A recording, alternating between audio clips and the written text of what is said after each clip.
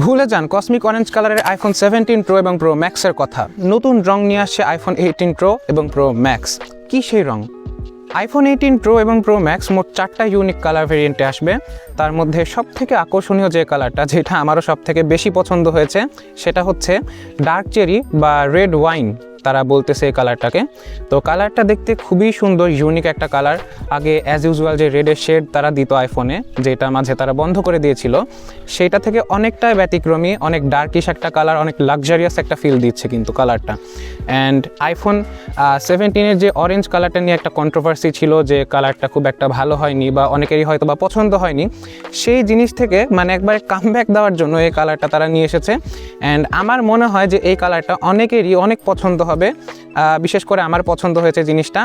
তার সাথে আরও 3টা কালার ভেরিয়েন্ট থাকছে, সেগুলো হচ্ছে light blue colour, dark grey colour আর সিলভার কালারের একটা আইফোন।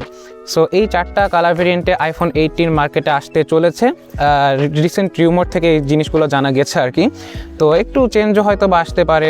আপনাদেরকে যে কালার ভেরিয়েন্টগুলো দেখানো হয়েছে একবারে সেই টোনে না এসে আরেকটু আলাদা টোনেও আসতে পারে, যেহেতু এটা এখনও অফিসিয়ালি হচ্ছে, তারা হচ্ছে আমাদেরকে জানায়নি, সেহেতু যেইটুকু জানা যাচ্ছে গুজব থেকে জানা যাচ্ছে। তো আপনার কি মনে হয় এই কালার ভেরিয়েন্টগুলো যদি আসে তাহলে কি অ্যাপেলের লাভ হবে নাকি লস হবে? কমেন্ট করে জানান।